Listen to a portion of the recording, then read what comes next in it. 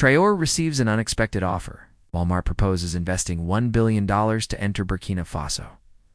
Alongside this, they request tax breaks, foreign personnel, and full control over supply chains.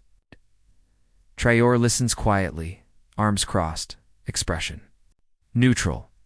When the American representative finishes, a long pause follows. Then Traore leans in and responds in a calm but firm tone. Africa is not for rent. What happens next draws global attention.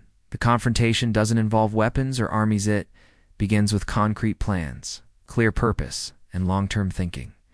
Stay with us as this important and quietly powerful story unfolds, because what Traore does next reshapes the course of a continent's future. They arrived by private jet sleek, silent, and 3 hours late. The Walmart team didn't apologize. They rarely do. 5 men in sharp suits and 1 woman with a silver laptop entered the presidential hall with a sense of entitlement. A tray of water was offered. They declined. The lead executive opened his presentation with a broad smile that masked his intent. "Mr. President," he said, standing beneath a gold-framed portrait of Thomas Sankara, "we'd like to bring a billion-dollar opportunity to Burkina Faso." The room grew still. "We're offering $1 billion in direct investment," he continued, sliding a folder across the polished table. "Jobs, infrastructure, access to international supply networks." Traore didn't reach for the folder. He observed the speaker closely, the way a farmer studies the sky before a storm. The executive continued without pause, seemingly unfazed by the silence. "In return, we request standard terms, 20 years of tax exemption, international staff. For logistics, full oversight of sourcing operations. In other words, we provide the goods, you provide the land, and then step aside." Still, Traore remained quiet. The American smiled. "Captain, it's a win-win. We upgrade your economy, and you show the world you're ready for business." Yes. When Traore leaned forward, both hands on the table, and said evenly, "Africa is not for rent." The atmosphere shifted. The executive adjusted in his seat. The woman paused her typing, or went on, his voice composed. "You believe this is a poor nation waiting for rescue. What you fail to see is that we don't need saving. We are creating something new, something without precedent." The delegation tried to recover. They offered revisions, promised to stock local goods. "We're open to compromise," they said. But the door had already closed, perhaps not physically, but in intent. The following morning, headlines around the world read, "Burkina Faso rejects Walmart's $1 billion entry offer." Some called it visionary, others called it reckless. But in the streets of Ouagadougou, the people called it something else, long overdue. Traore didn't delay. That night, he called an urgent cabinet meeting. The atmosphere was heavy. Some ministers feared the economic consequences.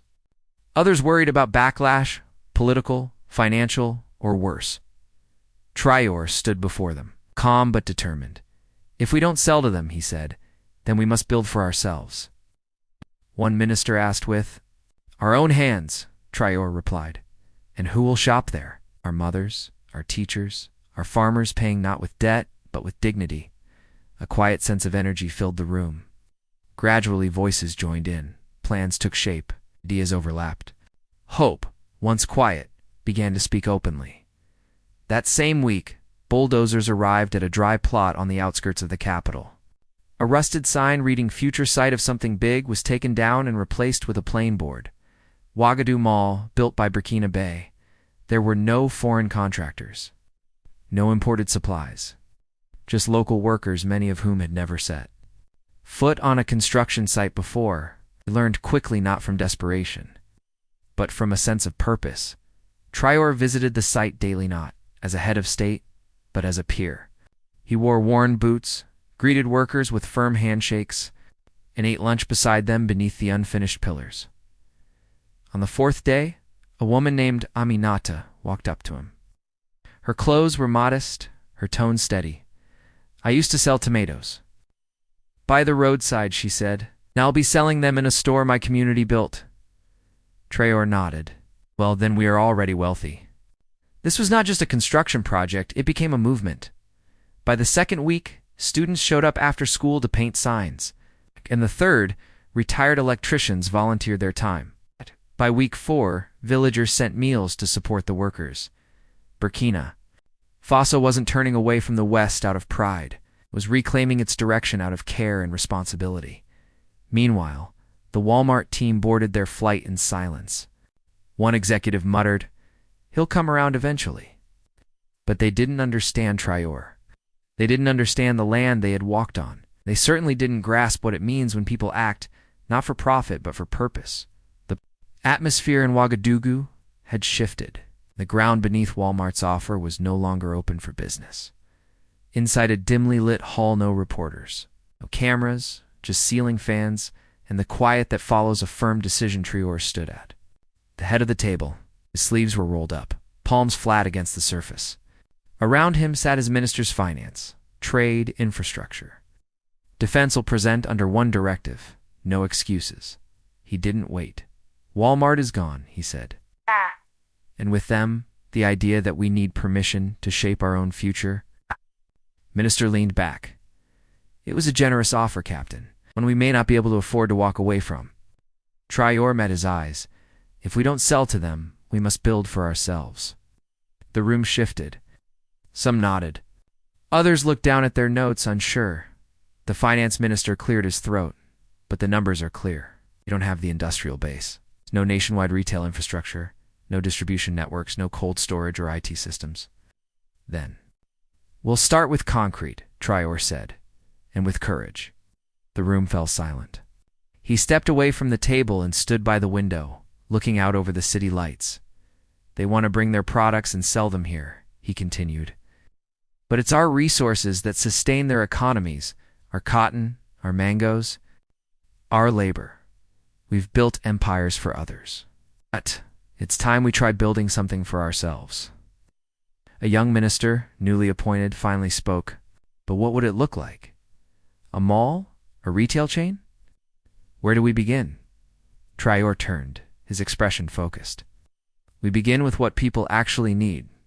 Affordable food, clean spaces, fair pricing, and respect. We'll build a system that puts people before profits." That evening, no one left early. Discussions continued. They debated, drew sketches on napkins, outlined logistics on chalkboards. They mapped the country not by borders, but by goods: rice from the west, milk from the north, vegetables from the center. Every region contributed something. Every household could be part of the plan. A logistics officer, typically quiet during policy talks, leaned in and outlined a proposal that surprised everyone. "I've spent years analyzing our transport routes for military use," he said. "If we adjust our priorities, those same routes can move goods fast, efficiently, and affordably." The trade minister looked up. "So we already have a distribution network." The colonel nodded. "Yes. It's just been used for the wrong purpose." A few chuckled, breaking the tension. By midnight, they had a name: Projet Marouane, the Sovereign Market Project. It wasn't just a mall or a retail chain. It was a national initiative, starting with one building, one vendor, one cashier. Traore ended the meeting with a clear message. "We don't need to compete with Walmart. We need to create something they can't replicate, something rooted in who we are." The next morning, bulldozers moved onto a long-abandoned plot near the airport. The land had been unused for years. Some called it cursed. Others said it was lost in government records. Traore didn't dwell on the rumors. He arrived with a shovel and broke ground himself.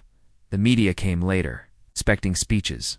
Instead, they found workers in motion, steel rising, and a president in boots not a suit. By the end of the week, the first foundation was poured. The labor wasn't outsourced, it was Burkina young men once selling fruit at traffic lights. Single mothers with no previous building experience, retired masons whose hands remembered the craft. Aminata returned not as a visitor, but as a supervisor. She had sold produce on roadsides for 2 decades. Now she was designing the layout of the fresh food section.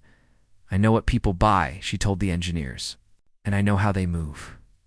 We don't need fancy floors. We need space for baskets and shade. Always shade." They listened. In the evenings, The site became a learning space. Volunteers taught reading. Others shared basic accounting skills. RETRED Architect began offering free design lessons to interested teenagers. Soon, word began to spread. Vendors across the capital started forming cooperatives. Farmers who had once competed began coordinating joint shipments. A local tech startup volunteered to develop point-of-sale software at no cost. Meanwhile, international headlines told a different story. Traore rejects progress.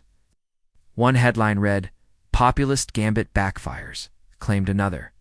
Some showed satellite images of a partially constructed building and labeled the project a failure. But in Ouagadougou, people saw something else. They saw movement, dust, up an independent retail space rising from the ground. Built without foreign approval and without concessions, Traore visited the site every evening not to inspect, but to walk the grounds, connect with workers, and speak to the welders and the woman selling fried dough at the entrance. One evening, as the sun set and the sky turned amber, a teenage boy looked up at him and asked, "Captain, do you really believe we can finish this?" Traore replied with a quiet smile, "We already did. The day we chose to begin." I swear. In a quiet office thousands of miles away, an American executive reviewed a report that left him confused. The country once dismissed as poor, small, or unstable was now building something beyond the reach of foreign capitals, something lasting, and entirely their own. The concrete had barely dried when her name resurfaced. Madame Aminata. She held no official title or academic degree, just a long-standing reputation that reached beyond any news article.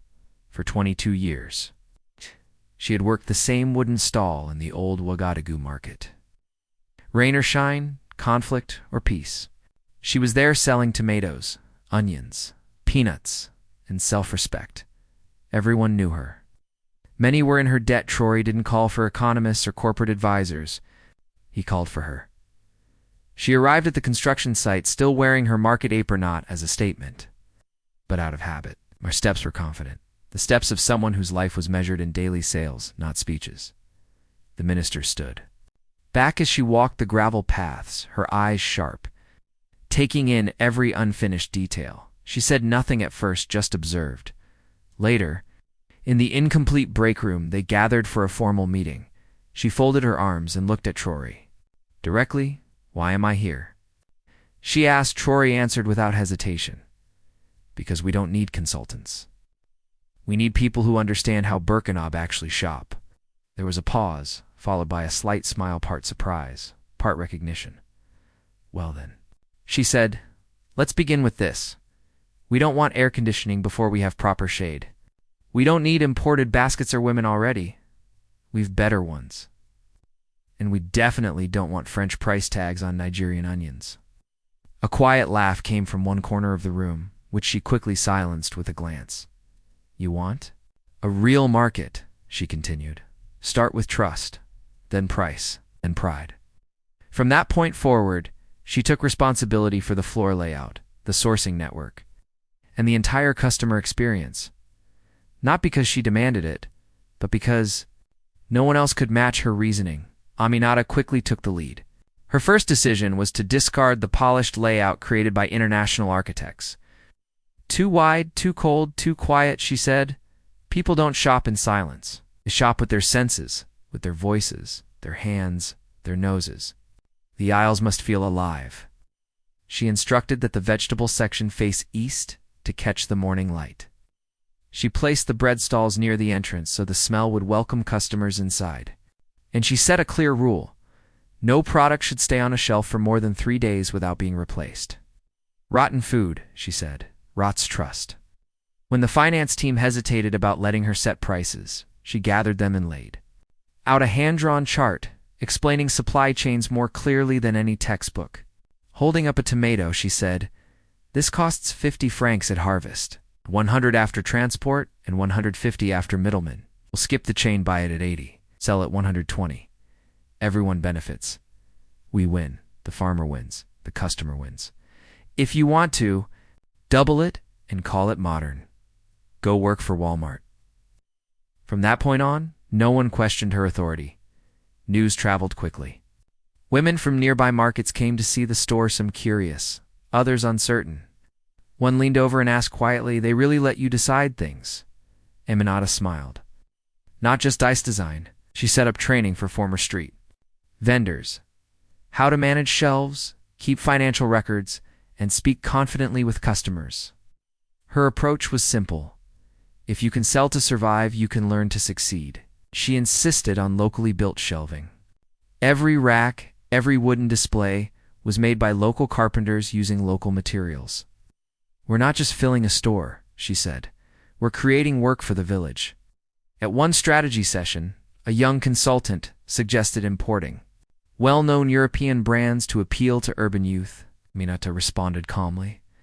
"Do our young people want soap from France? Do they just want soap that's honest?" She then brought in 5 local producers who made quality, affordable goods. She arranged branding support, trained their teams, and gave their products front-row placement. "Make our labels stand out louder than theirs," she told the designers. First fully stocked shelf in the new store featured only Burkina products: dried okra powder, shea butter soap, sorghum flour, clay cooking pots, and a hibiscus-based soft drink. People didn't just buy, they paused and looked. One man said softly, "I never thought I'd see our things on real shelves." Aminata kept pushing. She started a weekly feature program each week. One village's products were highlighted. "You're not just buying rice," she explained. "You're buying from Yalgo, from a field that fed her children." She added name cards under each item with photos, personal stories, even phone numbers. Sales tripled by the 3rd month. The customer feedback board outside the store repeated one phrase again and again: "It feels like us." That was all she needed. One evening, Traore stopped by just before closing. The lights were dim, the aisles quiet. He found her restocking tomatoes by hand. "You're still doing this yourself?" he asked. She looked up. "Every tomato knows my touch.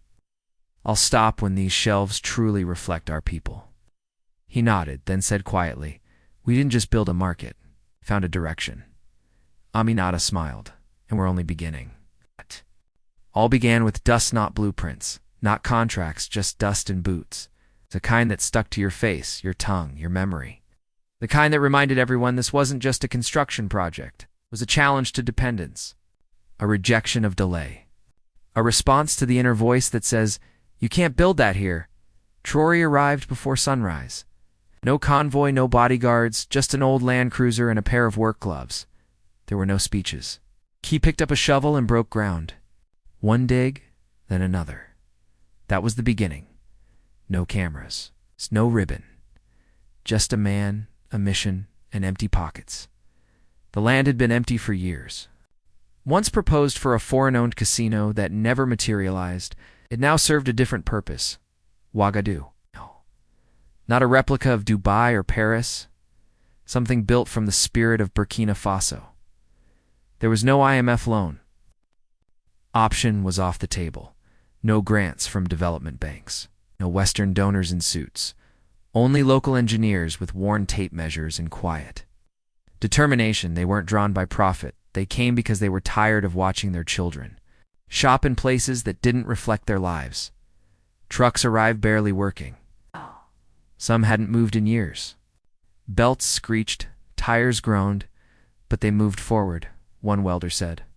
"If the government can take this risk for us, I can risk this truck." All materials were local. Concrete was mixed by hand. Bricks came from nearby villages. Steel beams were shaped by men whose fathers had built bridges, not shopping centers. Each bag of cement was recorded in a worn notebook. It's not a spreadsheet. At first, the banks laughed. One official said quietly, "They're pouring concrete with slogans, not francs." But the people didn't laugh. They arrived with tools, food, and belief. Young men from the outskirts came to clear the land. Grandmothers prepared food for the workers. Teachers brought students to observe. A young girl whispered, "This is what freedom looks like." Traore returned daily not to oversee, but to contribute. He carried bricks, pushed wheelbarrows. One afternoon, a foreign journalist asked why he wasn't in uniform. Because generals give orders, he replied. Builders set examples. The design was not only functional, it was thoughtful. Wide aisles to welcome families. Prayer rooms for vendors. Solar panels on every rooftop. A water system that reused rainwater. Every feature was debated. For appearance, but for purpose. Aminata made sure the entrances faced the wind. So the smell of fresh food reached the street. Before the name on the sign, her reasoning carried more weight than any architectural firm had expected. Observers waited for the project to fail. Heat was intense. Equipment failed. Payments were delayed. One day the power was out for hours, till no one left, because no one wanted to return to waiting. The real shift happened when the tile shipment was delayed. Foreign suppliers demanded advance payments in euros, but there were none. So the crew made a bold decision. They created their own. Hand-cut clay tiles, fired and marked with patterns from Mossi and Gourmand traditions. Every step in the mall would now walk across cultural memory. Word spread across West Africa. A debt-free mall with no foreign investors once considered. Unthinkable. That word impossible appeared in graffiti at the site. The workers painted over it with a new word. The mall's central dome was initially designed to reflect foreign skylines. But Traore refused. Why imitate glass towers when local ancestors built kingdoms from stone? Instead, they created a mosaic of steel and fabric, inspired by Sahel weaving villages. When sunlight strikes it, the pattern moves. Visitors now come from other cities. Just to see it, by the 5th month, the site felt less like a construction zone and more like a community. Poets performed during lunch breaks. Artists painted murals on scaffolding. Children left school early to help their parents lay tiles.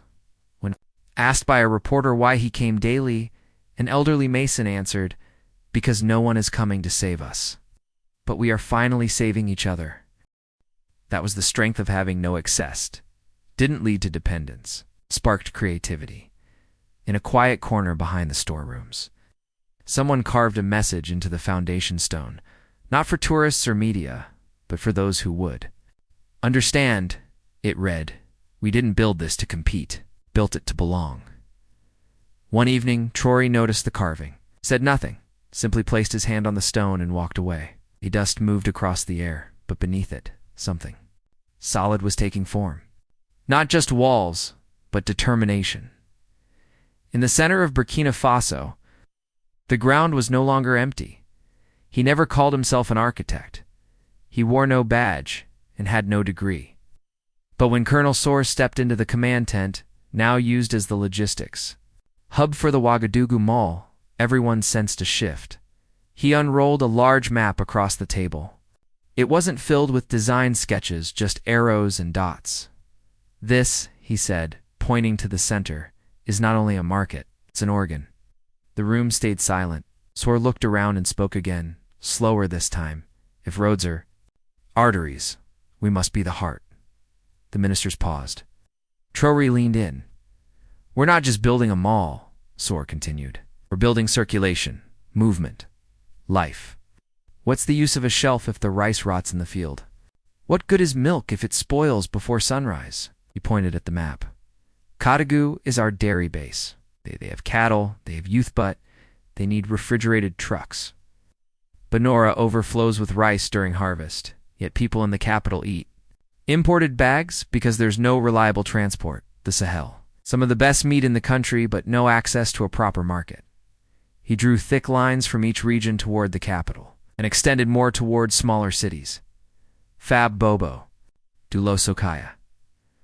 This, he said, pointing to the web of lines, is the nervous system of our sovereignty. Traore stayed quiet at first. Then he asked, can it work? Soar looked up. It has to. Otherwise, the market fails before it even opens. He wasn't a man of spreadsheets. His numbers came from memory and hard work. Years of managing battlefield logistics taught him how long a truck could survive, how quickly roads fall apart during rain, and how much time is lost at each broken bridge. Now he used that knowledge not for conflict, but for food distribution. They gave him a small team, ex-soldiers turned planners. Mechanics who could rebuild engines without manuals, One joked, "We used to carry bullets, now we carry bananas." The first step was mapping existing infrastructure. They drove for weeks not just on highways, but along dirt roads, neglected trade paths, and dry RVADs. Sor kept a detailed notebook. Bridge in Dugu collapses under 4 tons, needs reinforcement. Or a driver in X knows back roads, no tolls, useful for poultry. His plan wasn't flashy or fast, but it was reliable. They converted old military vehicles into refrigerated trucks. They set up low-cost cold storage centers near farms. Drivers were trained to follow tight schedules. With some flexibility based on local experience, he believed that logistics should adjust to people. It's not the other way around. When the trade minister suggested using planes during peak seasons, Sor shook his head. "You want to feed cities with wings? I'd rather feed them with roots." He introduced a key phrase to the team: time is currency. Every hour lost in transport meant lost income, wasted produce, broken trust. He planned deliveries like military operations, precise, quiet, dependable. But he didn't stop at trucks. He visited villages, spoke with elders, and asked where land breaks after rains, where livestock fall ill when roads flood. He listened more than he spoke. When a village chief asked why a colonel cared about cassava rot, Sor replied, "Because what rots in your field today becomes hunger in the city tomorrow." Each week, his map grew thicker, lines became lifelines, dots turned into distribution hubs, and villages gained voices. Then came the first test run, a 3-truck convoy milk from Kodagu, rice from Benora, tomatoes from the outskirts of Ouagadougou. No GPS, just coordination and timing. The milk arrived cold. The rice stayed dry. The tomatoes came in fresh and red. People applauded at the mall gates not for the goods, but for what they represented. For once, the distance between the village and the city didn't mean loss. It meant connection. Traore met with Sor the following morning. "This is the backbone," he said. "It came from a soldier." Sor shook his head. "Not from a soldier." He didn't ask for recognition, just more trucks and better maps. When a foreign observer visited the logistics hub, he asked Sor how they had managed to cover so much ground with so little funding. Sor handed him a worn notebook filled with notes, maps, and sketches. "We didn't build this with spreadsheets," he said. "We built it with sayings, proverbs, advice, and lessons from people who've moved goods on donkeys longer than you've moved budgets." On the last page was a single sentence: "The heart doesn't make sound, it makes movement." Burkina Faso had begun to move. It started with a press conference in New York. The same Walmart executive who once sat across from Traore stood behind a podium marked with blue branding and a polished tone.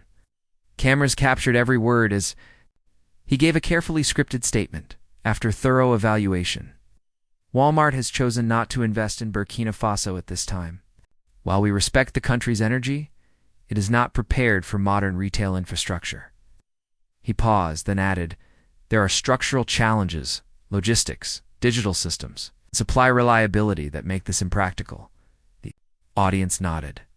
Some clapped. Headlines followed within hours. "Burkina Faso not ready, says Walmart. Traore rejects billions for what? Pride over progress?" Western economic commentators filled media panels. One called it political overreach. Another added, "You can't build a modern economy with clay tiles and street vendors." A third warned that Burkina Faso was risking its future over pride. In Ouagadougou, reactions varied.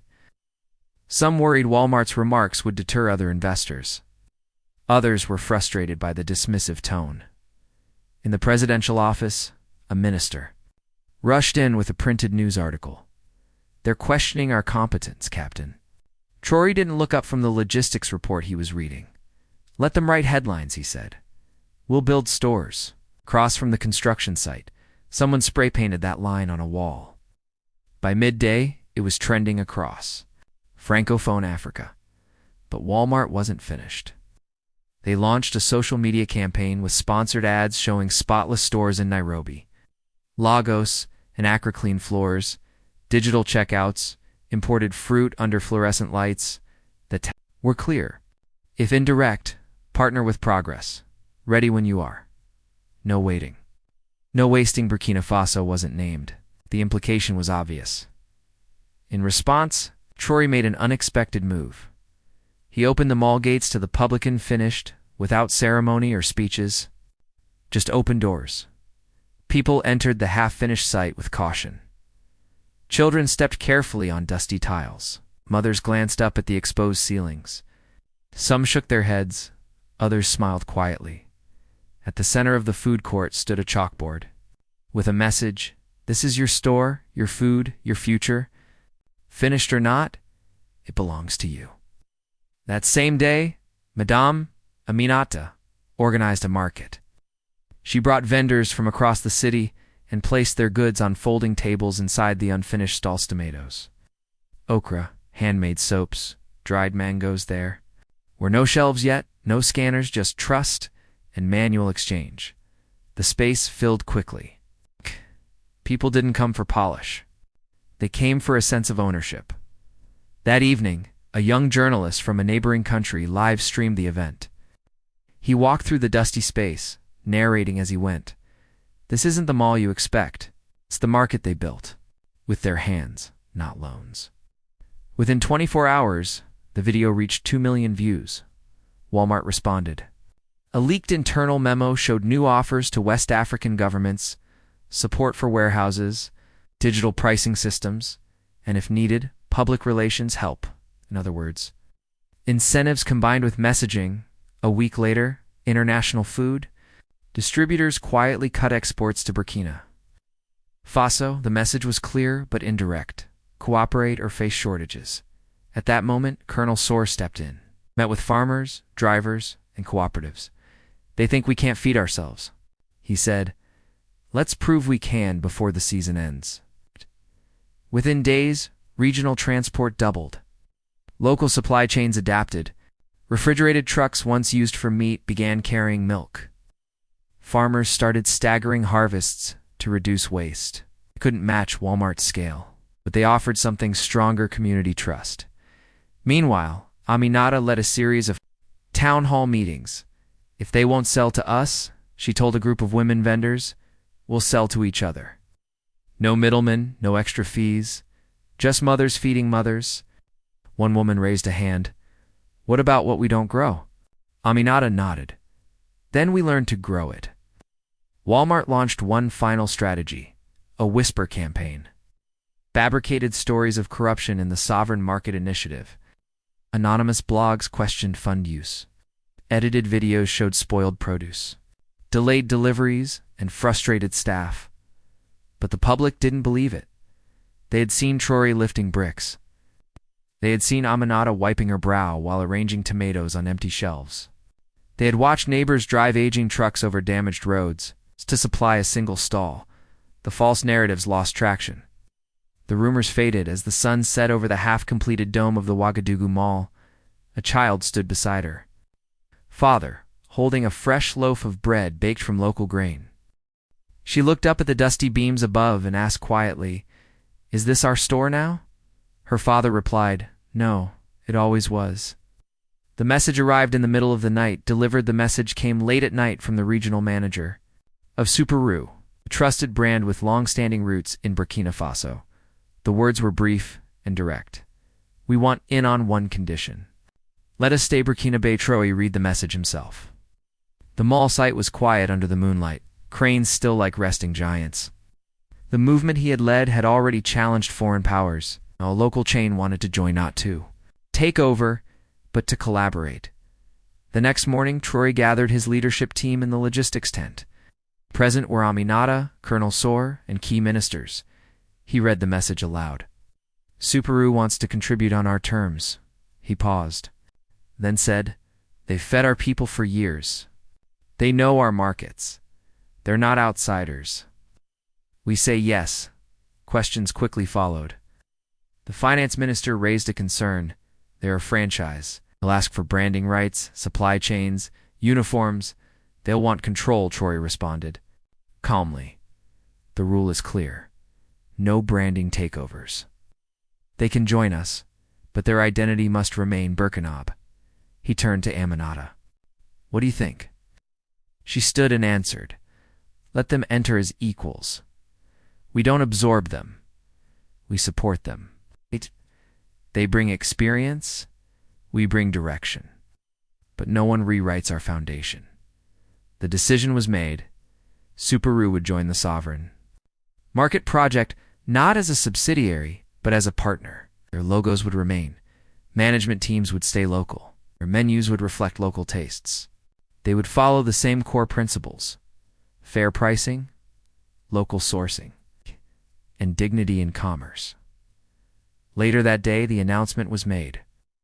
Journalists, community members, and organizers gathered in a corner of the still unfinished mall.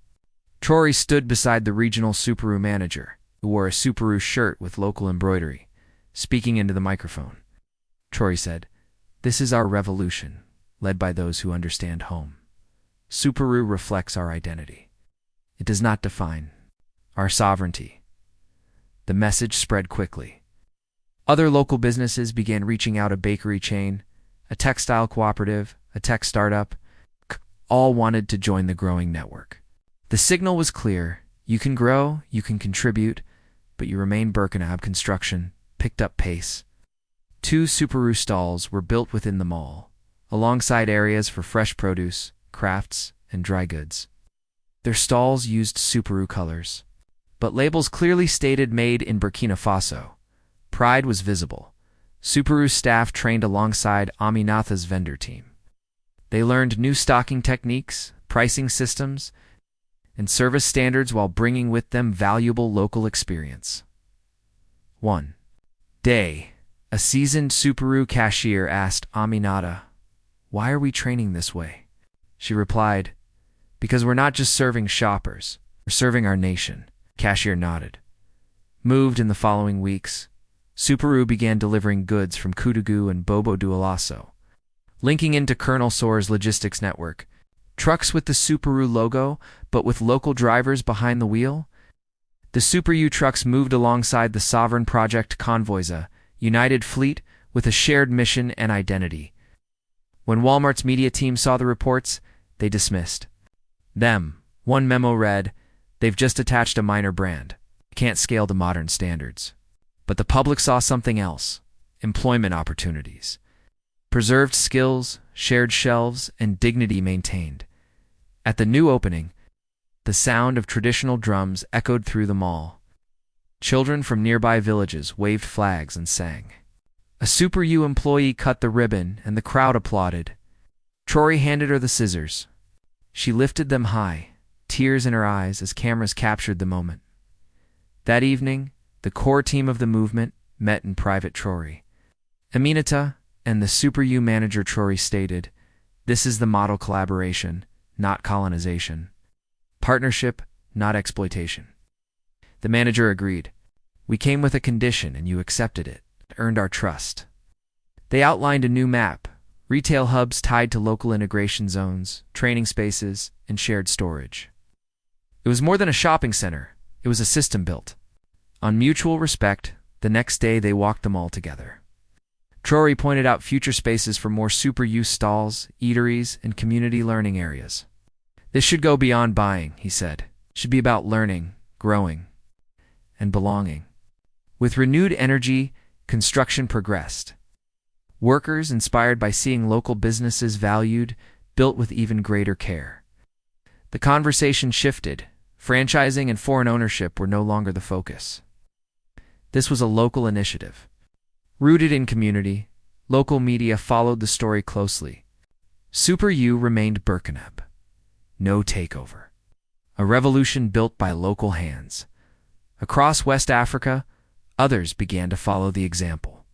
Neighborhood grocers chose to hold on to identity rather than trade it for quick investment.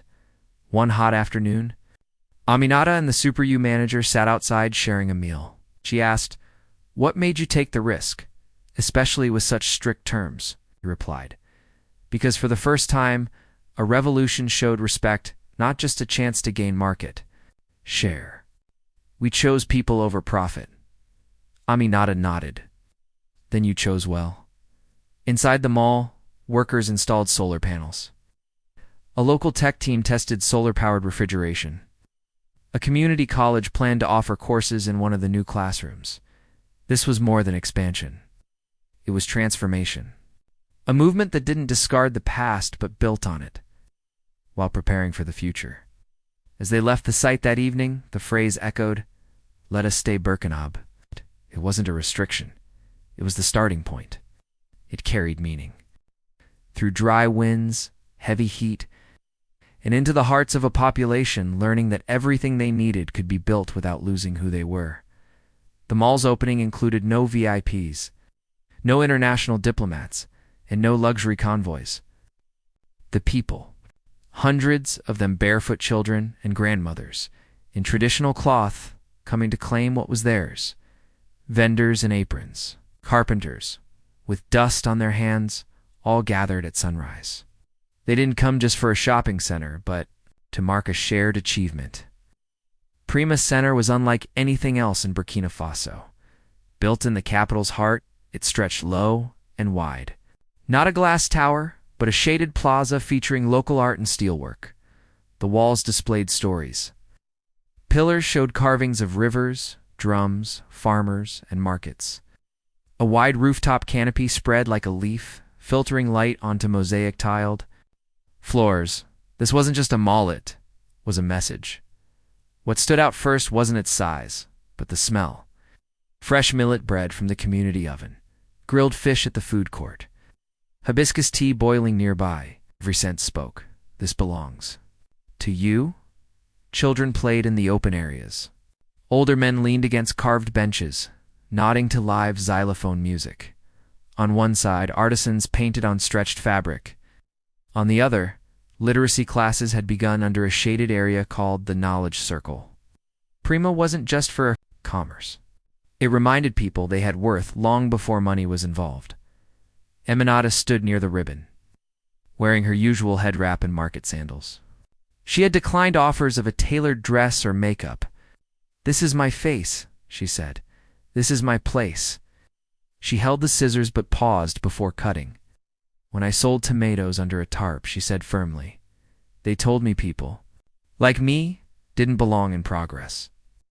When we asked for better treatment, they said we needed permission." Then she lifted the scissors. "We built this without permission." The crowd cheered. She cut the ribbon out across one gate, but for each, facing a different part of the city, symbolizing equal access, no central entrance. Every direction mattered.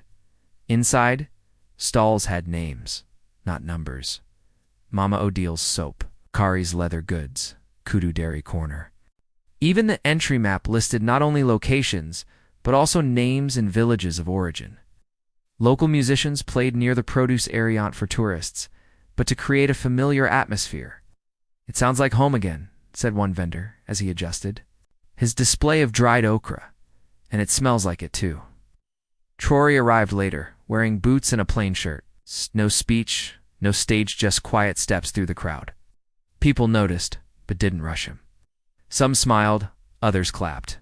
One woman handed him a sample of shea butter, and he accepted it like any other shopper. He paused by a mural showing a farmer handing crops to a schoolchild. Beneath it, the words read, "We trade not just goods, but futures." He stood there a while. Meanwhile, the logistics team monitored the first round of deliveries. Trucks moved in smoothly. Soar's routes remained steady. Nothing was spoiled. A teenage vendor ran up to one of the drivers with a basket of bananas and said, "You made it." That moment captured the essence of the entire effort, finding joy in the everyday, pride in things working as they should. In one area, a small theater hosted a performance by local youth, reenacting the first meeting between Traore and Walmart. The audience laughed and clapped when the actor playing Traore stood and said, "Africa is not for rent." The applause echoed throughout the plaza. Later, in the Knowledge Circle, a panel discussion took place. Young entrepreneurs shared how they secured shelf space, learned bookkeeping through on-site training, and how Prima became more than just a place to trade. One young woman who sold handmade shampoos said, "This isn't a marketplace, it's a megaphone."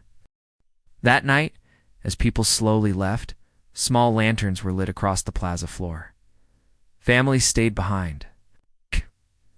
Children slept on benches. A drummer played softly under the canopy. In rhythm with the breeze, Traore and Aminata stood side by side. Watching, they'll say it's small, she said. They'll say it's not modern, Traore nodded. But it's alive, and it's ours. She looked at him. What do we build next? He replied. Whatever the people need. And from every stall, every step, every story etched into the walls, one message stood clear. They built it without permission and no one could take it away. Before sunrise, the warehouse lights switched on not imported electric bulbs, but solar strips installed by local engineers. The floor was still dusty, the forklifts newly unwrapped. But outside the gates, trucks were already lining up. 6 vehicles, 15 drivers, and 24 farmers riding alongside, no corporate uniforms. No branded logos, just hands that had harvested millet, gathered shea, and pulled onions from dry soil. This was the first full shipment, not a test, not a display, but the actual launch. Colonel Source stood at the gate, clipboard in hand, checking. Each truck, like he once did with convoys crossing into conflict zones. But this wasn't war, it was a different mission. His checklist wasn't for weapons, it was for yams, beans, and jars of local honey. At exactly 6:13 a.m. the first horn sounded, the gates opened. A lead truck came from Kudugu, loaded with cooled milk canisters, chilled using a system made from recycled fans. Next came Banfura's rice, packed in hand-sewn sacks. Then mangoes from Bobo Dioulasso, green enough to ripen in stores. Tomatoes followed, along with dried fish, shea butter, okra powder, and baobab leaves. The warehouse crew stood in 2 lines, applauding as each truck arrived. Some farmers waved. Others quietly wiped their eyes. Inside, each crate was unloaded. With care, each crate was labeled not with barcodes, but with village names and harvest dates. Aminata walked with a group of women vendors, pointing to different crates. That's millet from Yako. That soap is from Combasari. And the shea butter. She smiled. That came from my cousin. She looked at the others. Do you see? We're not just filling shelves. We're telling our story. Traore entered the warehouse quietly, without any formal welcome. The air smelled of soil and grain. He didn't bring security, just a pen and a small notebook. He moved from pallet to pallet, often stopping to speak directly with farmers. You drove this yourself? He asked one. Yes, the farmer replied. 5 hours? No break. Traore shook his hand. You brought more than crops. You brought history. Meanwhile, a group of young volunteers was organizing the stock.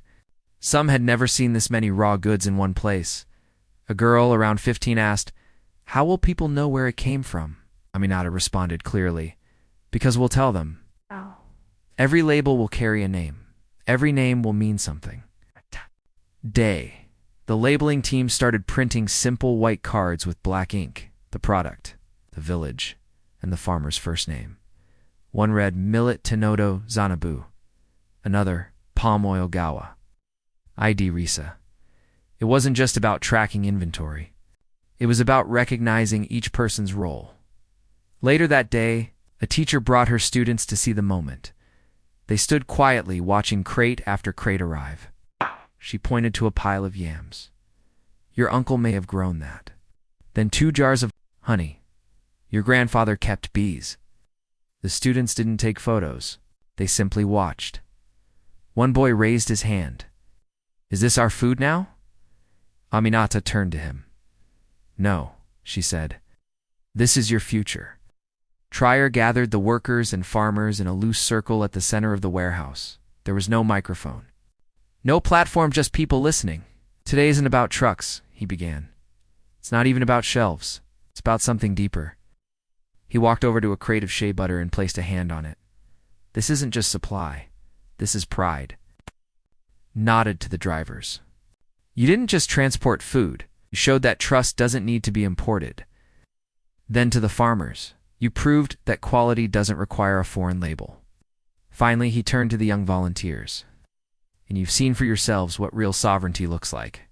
The applause that followed wasn't loud but steady like rain on a metal roof outside. The line of empty trucks formed again, ready to return, not to rest, but to get ready for the next round. The movement had started, not in headlines or reports, but in the quiet satisfaction of knowing what your own land and hands can provide. And as the warehouse doors closed that evening, the workers placed a sign above the exit. It read, "This way out. The same way we came in with belief." It started quietly. Billboard appeared overnight near a bus station on the east side of Ouagadougou. It read, "Imported quality. Unbeatable prices. Western stores now 30% off." First, people ignored it. They passed by, like always focused on work, feeding families, or transporting goods. But within a week, the message was everywhere. Posters, radio ads, and truck-mounted loudspeakers. The message was direct. Western retail chains in West Africa were cutting prices sharply. Rice, sugar, oil, and toiletries were suddenly cheaper than the local goods on the shelves at Prima Center and other sovereign market project locations. For global corporations, it was a well-practiced strategy. Flood the market, slash prices, and force out local competition. Had worked in many countries. They assumed Burkina Faso would give in. Traore was informed of the strategy during a late-night strategy session.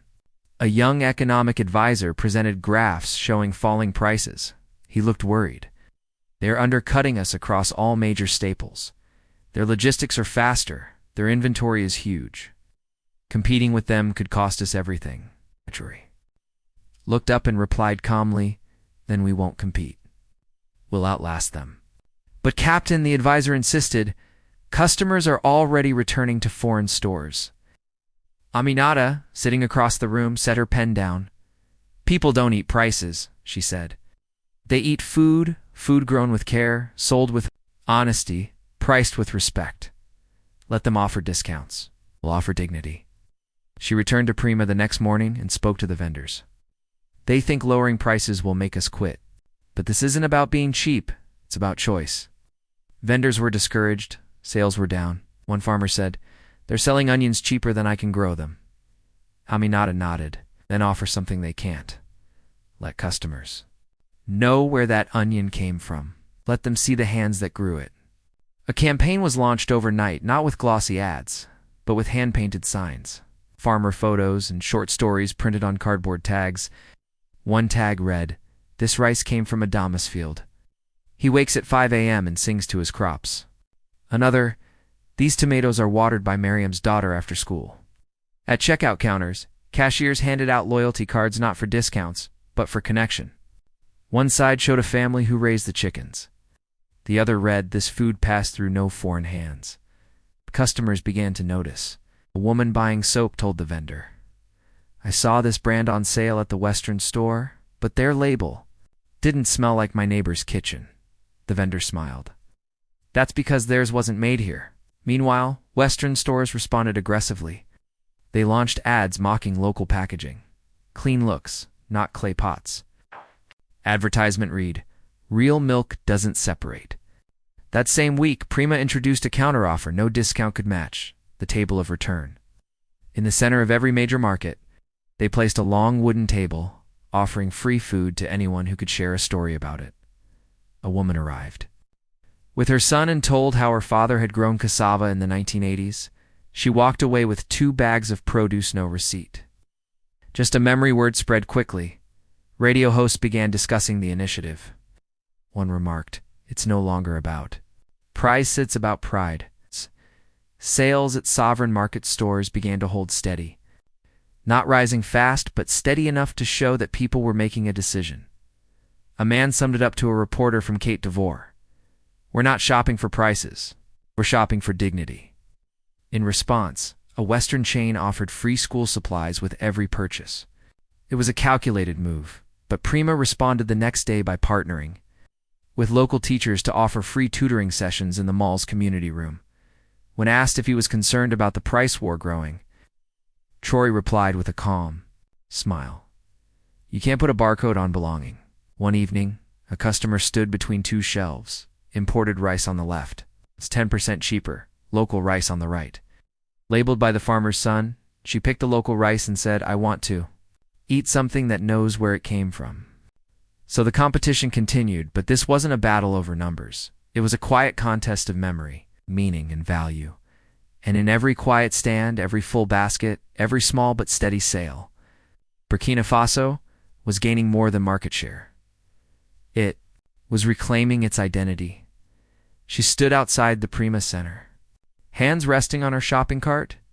It wasn't a striking image, no flags, no speeches, just a tired widow in a faded dress, wiping her brow. But when the local news crew asked why she looked emotional, she faced the camera and said, "For the first time I filled my cart with food from my village, paid in my own currency. No taxes went to strangers, only to my neighbors." That night, the clip aired nationwide and was replayed on 3 radio stations the next morning. No official slogan had ever made such an impact, not even Traore's speeches. It was honest, undeniable. One woman, one cart, one truth. Her name was Marima. She was 63, a mother of 5, lost to living far away. Her husband, a carpenter, had passed away from illness 5 years ago. She survived on widow's benefits and by selling dried baobab leaves in her neighborhood. She had never entered a supermarket before the sovereign market project. She expected it to be like the others, rows of imported goods sold by strangers, with prices set in Paris.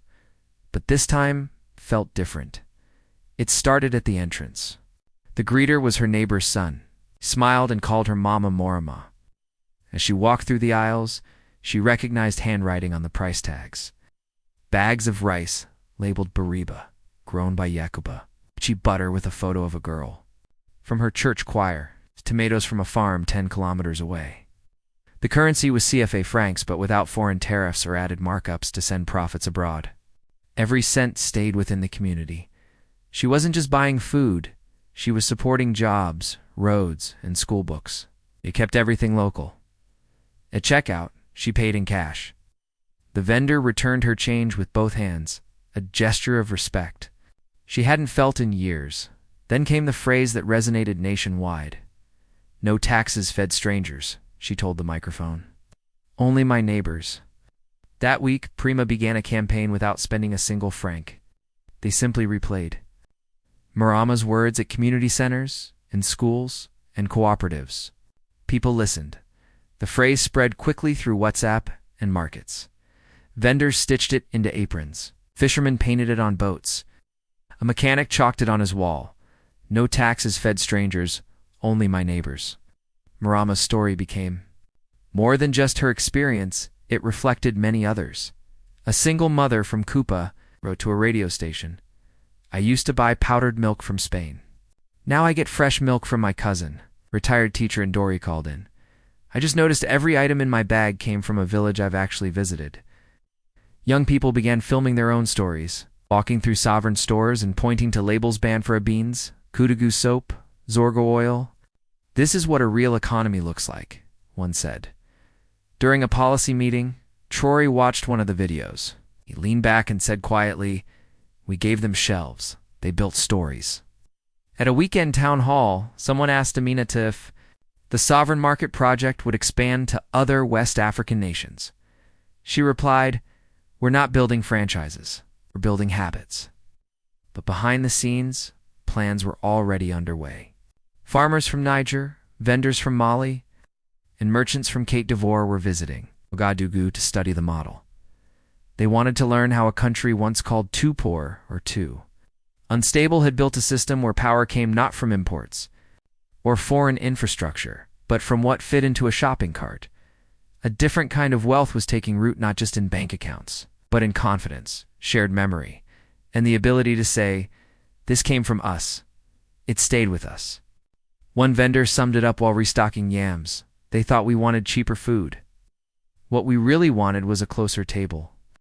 And Mariama returned the following week, this time carrying a small notebook in her purse. When someone asked, "Why?" she replied, "I'm writing down the names on the tags one by one. I want to know who I'm feeding." Then she added with a smile, "Next season, I'll sell my baobab leaves here. I don't want to just shop in the eye. I want to be on the shelf." That's when a photo was taken. It appeared in the newspaper the next morning with the headline, "Power in a Shopping Cart and a Widow Who Understood It." This time, they came quietly. No press releases, no media coverage, no polished introductions. The second Walmart delegation landed at night, stepping off a private jet with no cameras, only briefcases. There were no official greetings, just silence. But Burkina Faso had changed. The country they had once overlooked was no longer waiting. It was leading.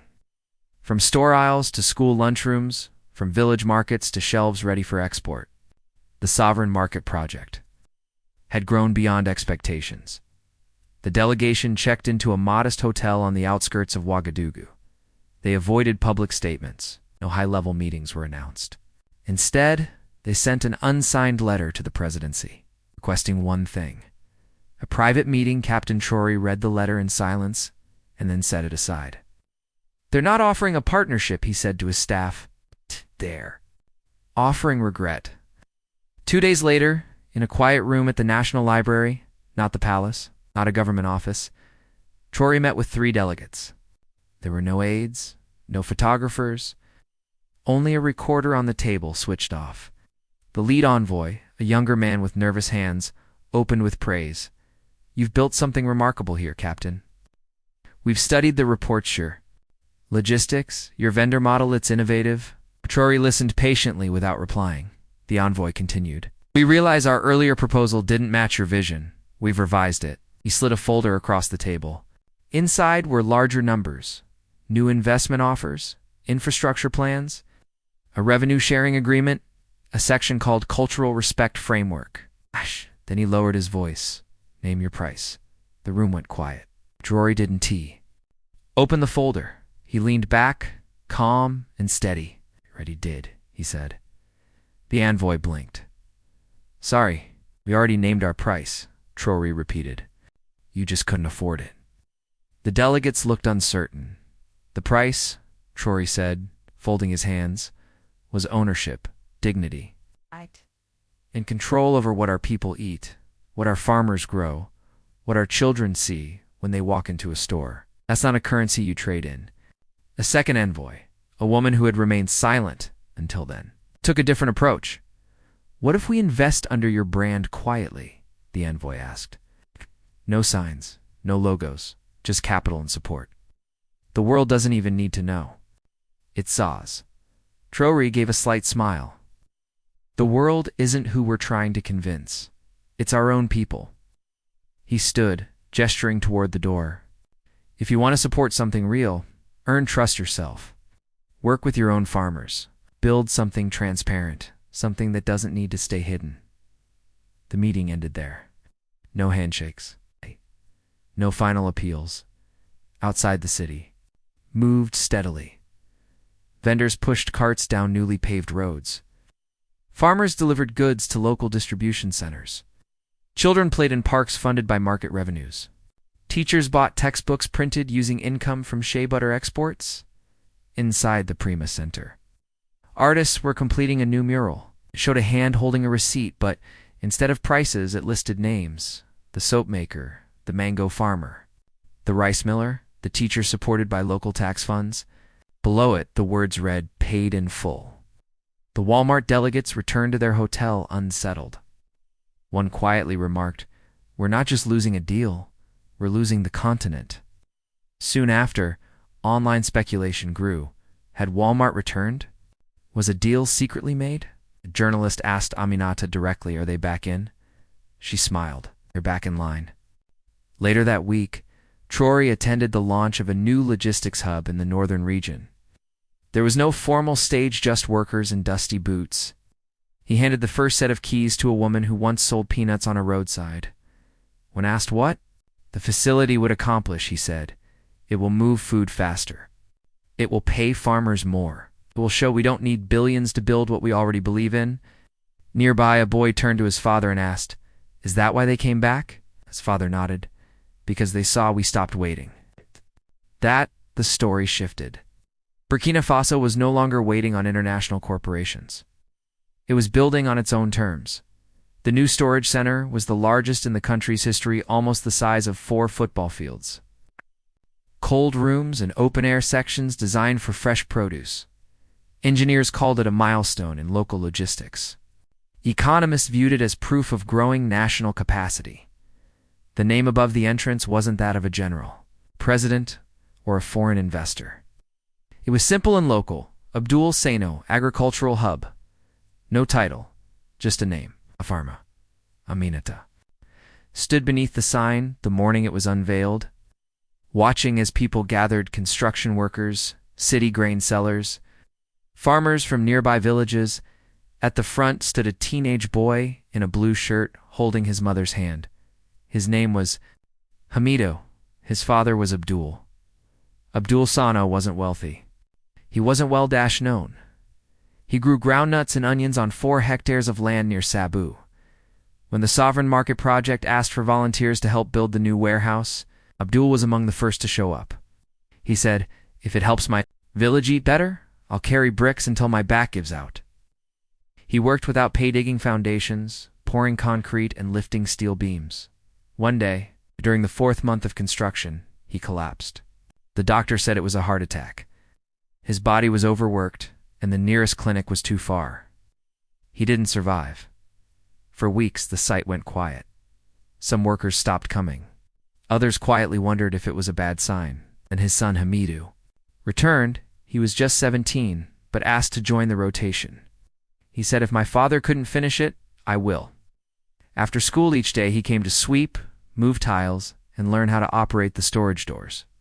He didn't talk much, but every bolt he tightened or wall he touched seemed like a step toward fulfilling the promise his father couldn't complete. When the warehouse was finished, a question followed. What should we name it? Engineers suggested using the region's name. Some officials proposed a neutral acronym.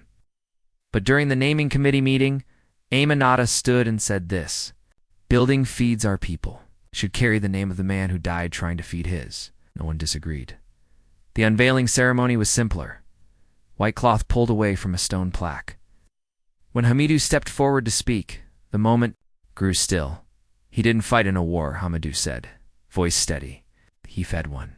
He paused and continued, "They say heroes wear uniforms, but my father wore a straw hat, sandals, and a smile that only came when the soil was good."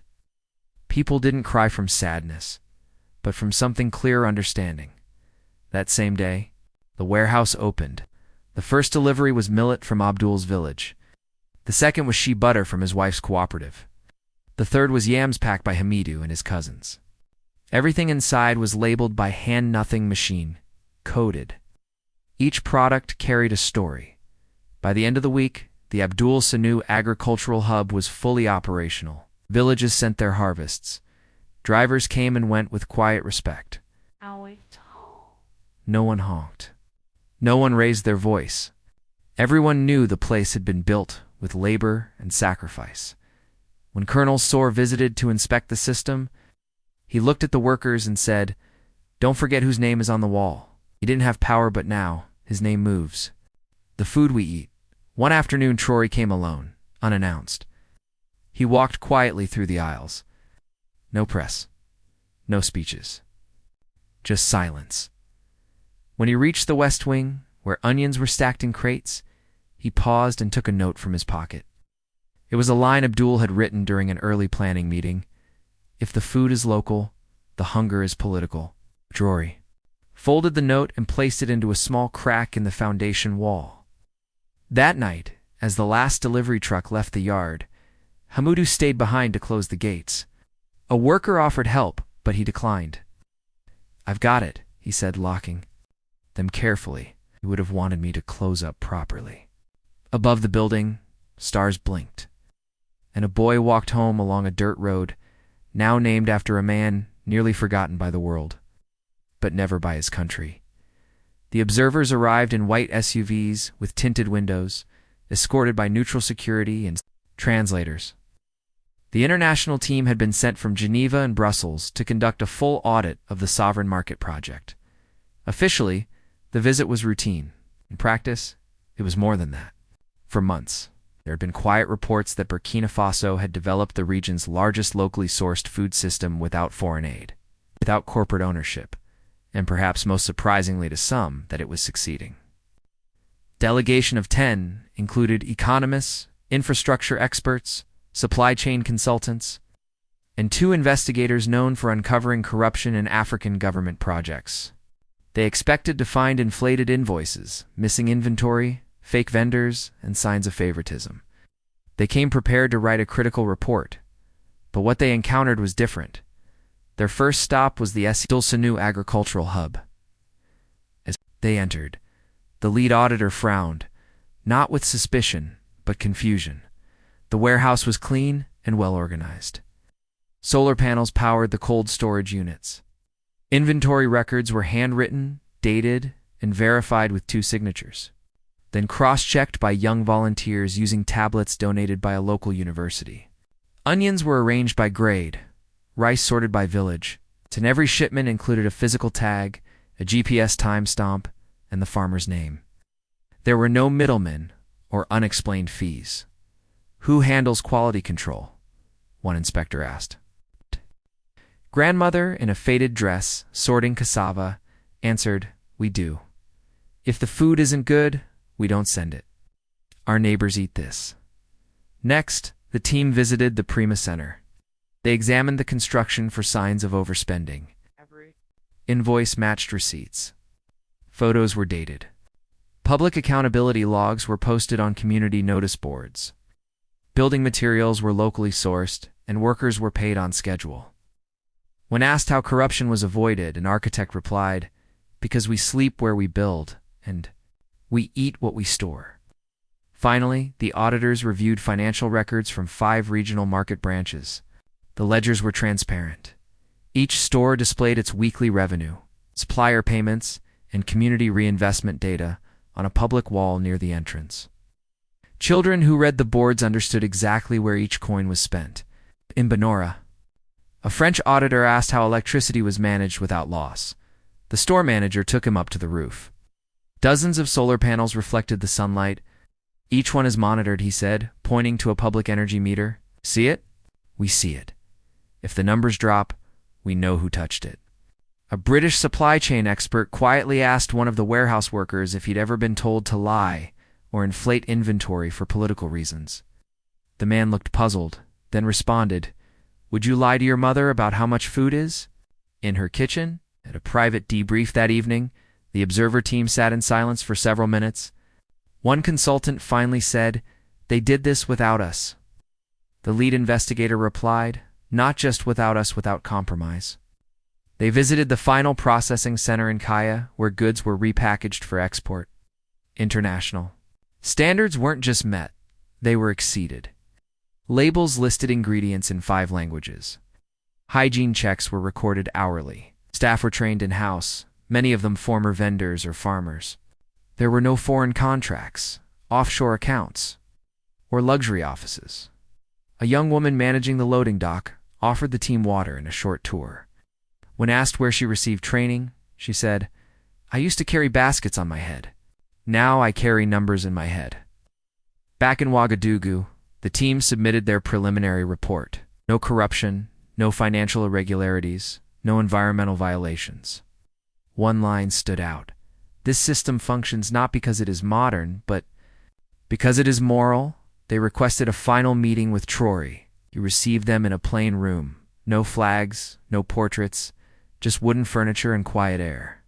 The lead auditor stood and said, "We found nothing out of order." Traore nodded once. "It wasn't built for inspection," he said. "It was built for us." Another observer asked, "But how did you organize all this without donor oversight?" Leaned forward. "We didn't need permission. We needed intention." Before leaving, one of the younger team members pulled Traore aside and said, "You know, this model will change everything." Traore smiled. "It's not a model, it's a mirror." The next day, the report was leaked. International media responded quickly. No corruption, no foreign involvement, no external debt. The words echoed across headlines, online forums, and newsrooms in the capital. A child passed a newsstand, and saw a picture of the warehouse with the headline, "Built without them." He pointed and said to his mother, "That's where Uncle works." She smiled. "Yes, and that's why we eat." The road to Zangogo was narrow, uneven, and long overlooked. It wound through dry farmland and past homes built from mud and love. For decades, for years, villagers had to walk miles just to buy basic items like soap or salt. There had never been a store, only occasional vendors, passing trucks, and sometimes nothing at all. But that morning marked a shift. A truck arrived in the village center, carrying crates, refrigerators, and 3 young workers wearing matching shirts labeled SMP Rural Unit. A second truck followed, bringing shelves, fans, and a small solar panel grid.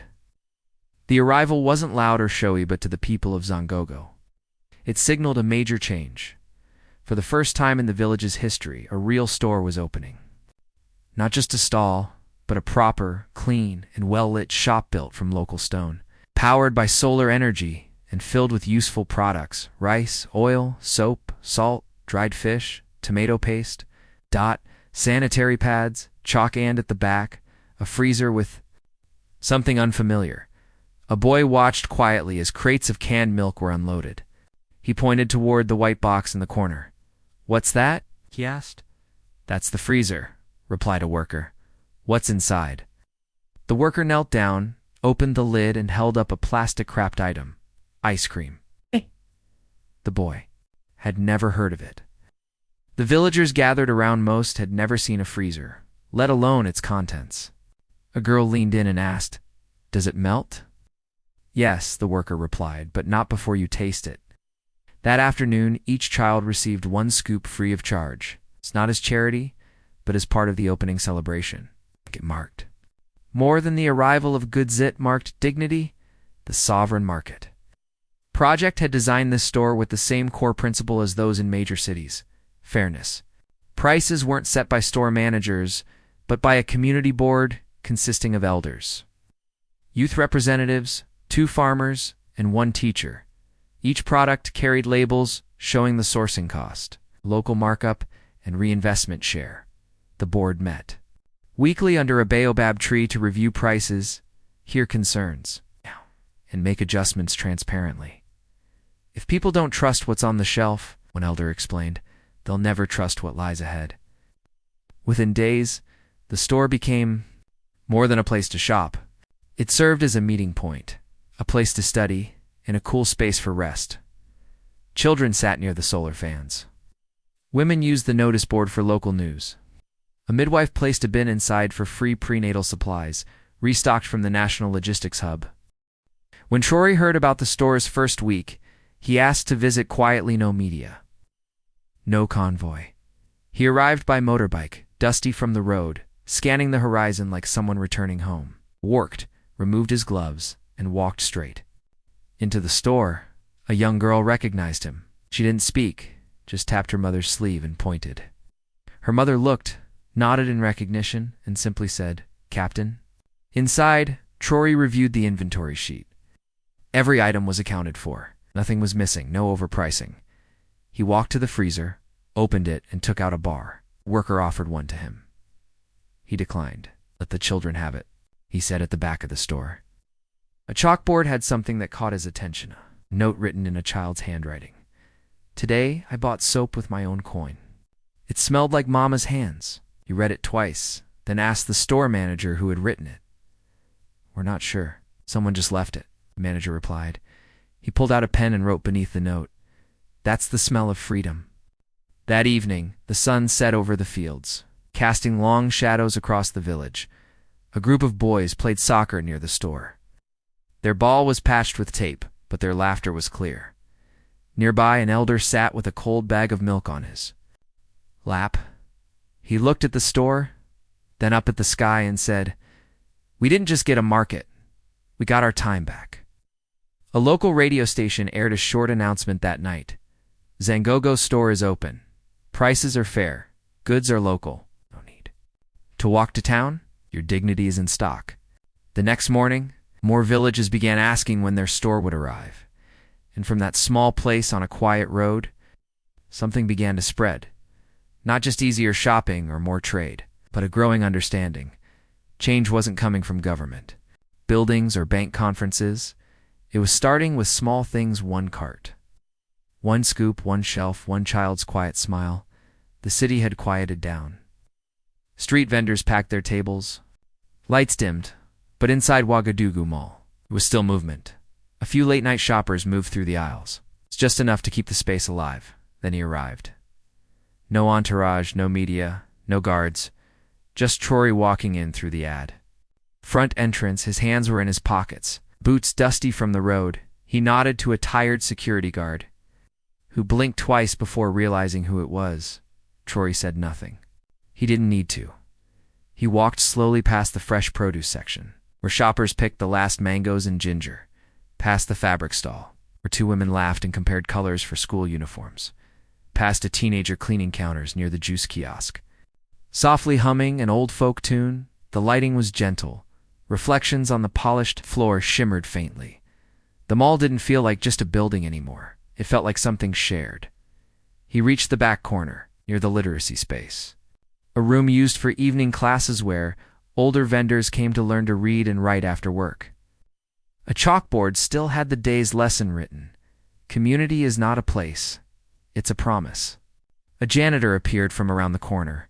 A janitor pushed a squeaky cart, quietly humming and singing. When he noticed Traore, he paused, then stood upright and gave a small nod. "We still can't believe it's real," he said. Traore stopped walking. The janitor smiled, his expression weary but hopeful. "Not just the building. The fact that it remained ours," Traore nodded. "That's because you never let it go." The janitor nodded again, adjusted his gloves, and returned to sweeping. Traore took a seat on one of the benches near the central courtyard. The tiles below him had been hand-laid by teenagers from the vocational program. Overhead, a large woven ceiling, shaped like a leaf, cooled the air naturally, with no fans needed. A soft breeze moved gently through the space. He observed the surroundings. A grandmother purchased a jar of honey and dropped a coin into the donation box by the checkout. Two boys compared school snacks, debating whose family baked better biscuits. A man in work clothes delivered fresh yams, nodded to the night clerk, and quietly left. No one looked over their shoulder. No one questioned whether the mall might shut down, change ownership, or become unaffordable. It simply belonged to them. Traore stood up again and walked through the main corridor, which displayed the names of local vendors. There were no generic signs or foreign brands, just first names, village origins, and handmade logos. He paused at a stall selling soaps, oils, and teas. He picked up a small bottle labeled Mariam's lemongrass. A note beneath it read, "Distilled 3 days ago from a garden 12 kilometers away." He smiled, returned the bottle, and continued walking. He arrived at the food court, now empty. Though the scent of fried fish and millet stew still lingered, a table near the edge held a leftover tray, 2 empty cups, and a half-finished crossword puzzle. He glanced down. Someone had written a single word across the center of the page: belonging. He moved on to the rooftop. With the elevator off, he took the stairs, 5 quiet flights, the echo of his boots marking each step. At the top, he pushed the door open and stepped into the breeze.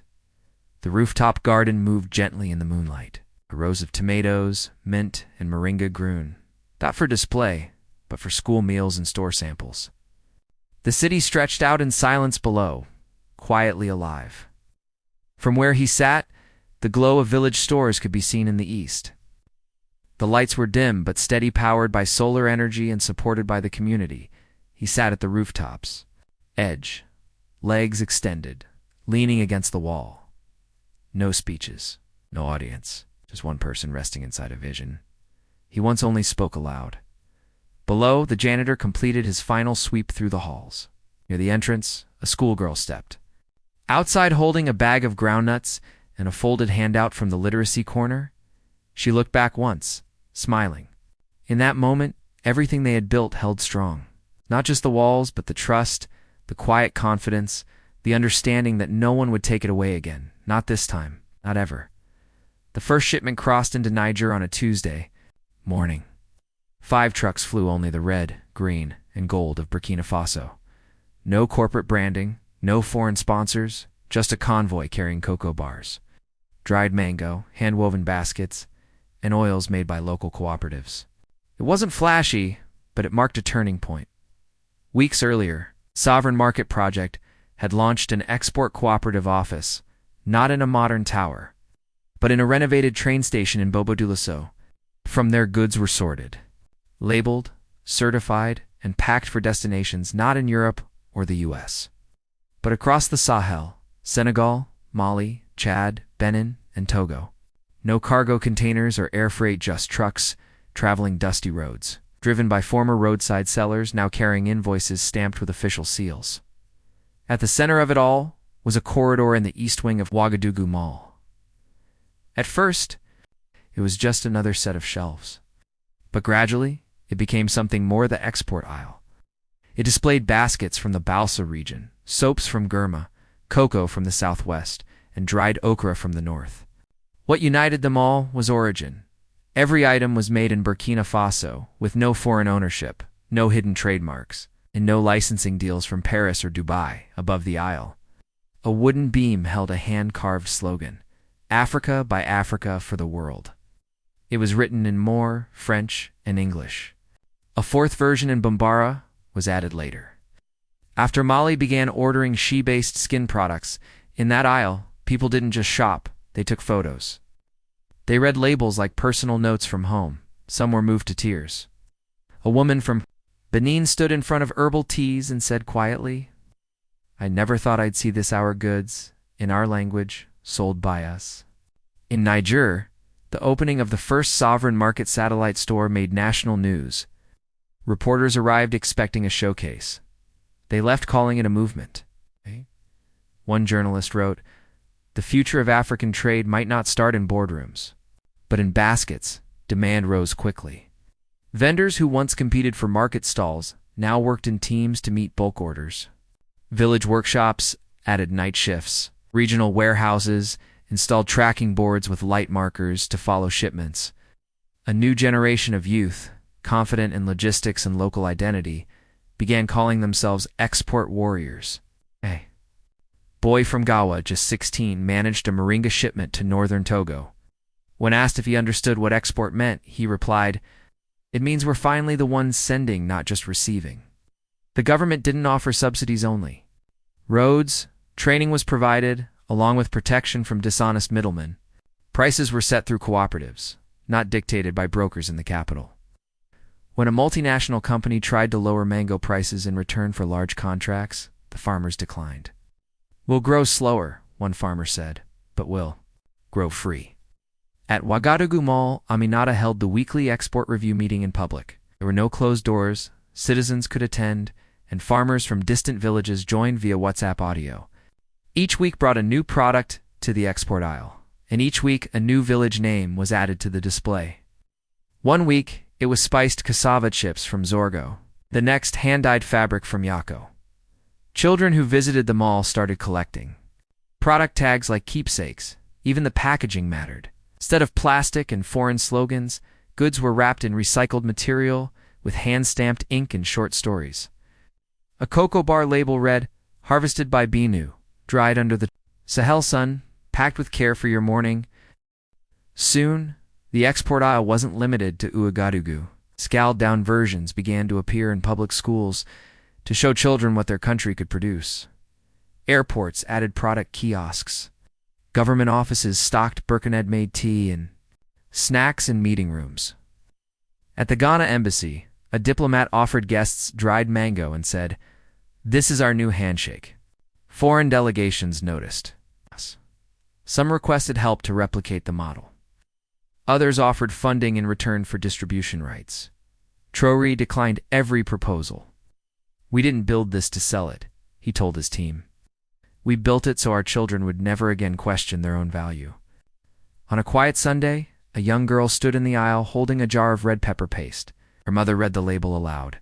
"Commissary Cooperative, 22 women, 1 village, 1 dream." Wadded the girl looked up and asked, "Can I be on a jar one day?" Her mother replied, "Only if you believe more in your hands than in someone else's flag." In that aisle, Under warm lights and the scent of millet cookies, the future felt near not imported or borrowed, but grown here and ready to move outward.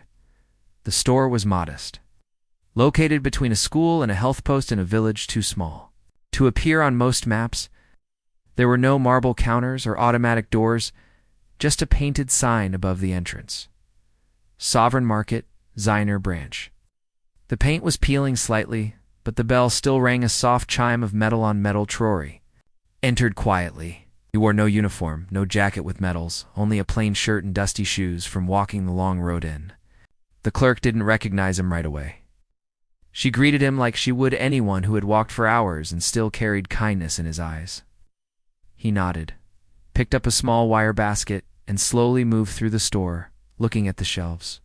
Millet from Bama, honey from Fata, soap from a women's cooperative in Kaya, tea leaves sealed in cloth bags with handwritten tags, no foreign labels.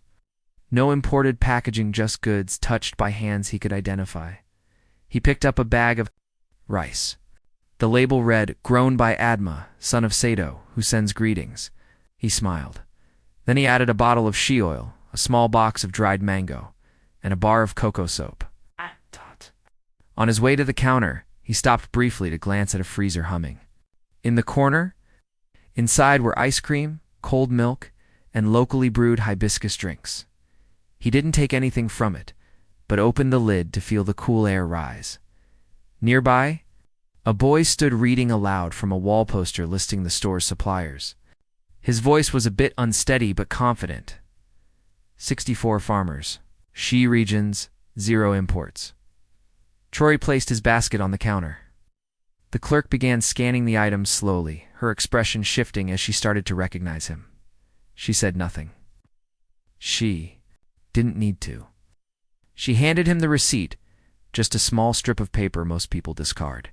But he accepted it with both hands, folded it carefully, and held it in his palm like a note from a familiar voice. He looked at the total. Every item was fairly priced. No inflated costs, no hidden fees. Payment was made in CFA francs still. The old currency, but now used on their own terms. He turned to the boy by the poster. "What's the first thing you'd sell if you opened your own store?" He asked. "Peanuts," the boy said, smiling. "Kind my aunt roasts." Traore chuckled quietly. "And what would you name the store?" The boy paused. "Maybe The Hands That Raised Me." Traore nodded. "That's a good name." Turned back to the clerk, paid in cash, and stepped outside. The late afternoon sun bathed the village in warm light. Children played near the school wall. A woman nearby washed cassava leaves in a bucket, softly humming. The scent of smoked fish came from a nearby home. He paused, taking it in.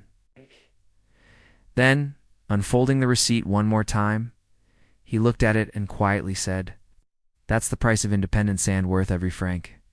He slipped it into his pocket, not as proof of purchase, but as a record of purpose. Because this receipt wasn't just for goods, it was for the moments they once thought unreachable. For stores built at the end of long, unused roads. For meals, shared among neighbors, not delivered through aid. For shelves that held more than product stories. For a currency backed not by gold but by trust. And for a nation that had finally stopped waiting for approval and started writing its own invoice, Traore began walking again. There were no cameras, no statements. A girl waved from a window. A man raised his hand in greeting. A teacher, leaning against the school wall, said quietly, "He doesn't just lead, he walks beside us." The wind passed softly through the village trees, and in the distance behind every receipt, every shelf, and every road that opened. A new path, one truth remained. Burkina Faso had done more than build a market. It had restored its worth, and the balance was no longer unpaid.